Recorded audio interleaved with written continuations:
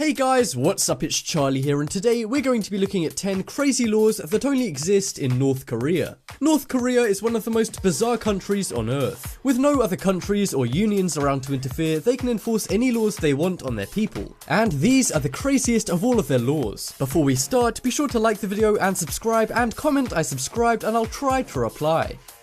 So, coming in at number 10, we have crying. It's natural to cry when someone close to you, like one of your parents or grandparents, passes away, but most people probably don't cry when their nation's leader passes away. In North Korea, however, this is not an option. The leader of North Korea is treated like a god, and citizens have to pray to a statue of him every day. The current leader of North Korea is the infamous Kim Jong-un. However, before 2012, the leader was Kim Jong-un's father, Kim Jong-il. All citizens were forced to attend his funeral service, and they all had to cry. Those who didn't attend, or even did attend but didn't cry enough, were sentenced to 6 months in a labor camp, which many ex-prisoners have compared to Hitler's concentration camps. So there can be no one too manly and tough to cry in North Korea.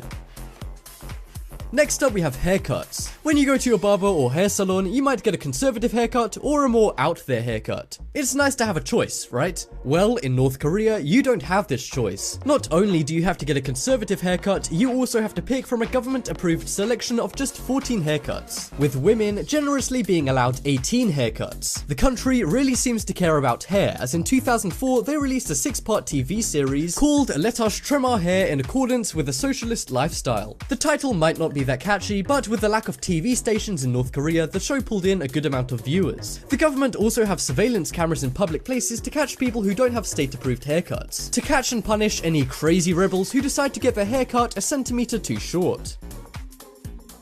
Next up, we have Bibles. In America and many other parts of the world, Bibles are everywhere, and it wouldn't be uncommon to see one in a bedroom drawer or in a hotel room. However, in North Korea, Bibles and any other religious practices are banned, and this includes other religious texts such as the Torah and the Quran. The government are worried that people will learn that freedom exists and might even begin to worship religious figures rather than their country's leader. If anyone is found with a Bible, even if they're a tourist, it's confiscated, and they could face punishment if they're a citizen or deportation if they're a tourist. So if you're a devout Christian, then I suggest not going to North Korea.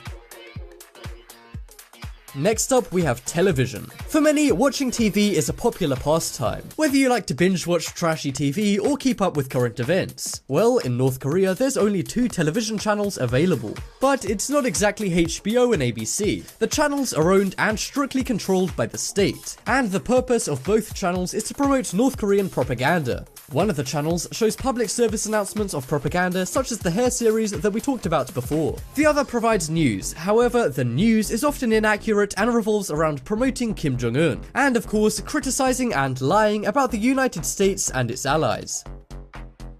Next up, we have no cars. I'm sure you can't walk outside without seeing a car or two. Well, in North Korea, if you walk outside, chances are you won't see any cars at all. Only certain people, such as people working in government, are allowed to own a car. The cars they do have are comparable to the American cars of the 1970s, as North Korea hasn't caught up with automobile technology. Probably because the number of people who have cars in North Korea is so small. In fact, only 1 in every 1,000 people own a car. To put that into perspective, in the United States, 1 in every 1.3 people own a car. In fact, there's such little traffic that people tend to just walk on the roads rather than on the sidewalks, as the chances of being hit by a car are pretty much 0.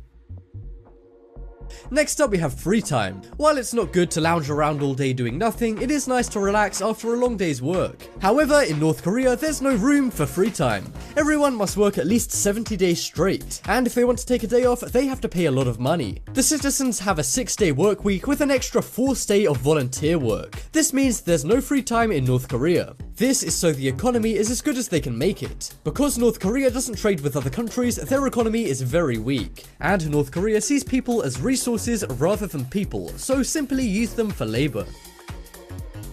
Next up, we have no photos. If you go on vacation, there's no doubt you'll want to take a few holiday snaps. But if you decide to take a trip to North Korea, then you're going to come into some trouble if you want to photograph your vacation. It's illegal for tourists to take photos of North Korean citizens if they're not dressed well. It's also illegal to take any photos of people who are malnourished or poor. Images that show North Korea as being inefficient and not having enough resources are also not allowed. And of course, photos of their military and government buildings are also banned in North Korea. And despite the fact that the government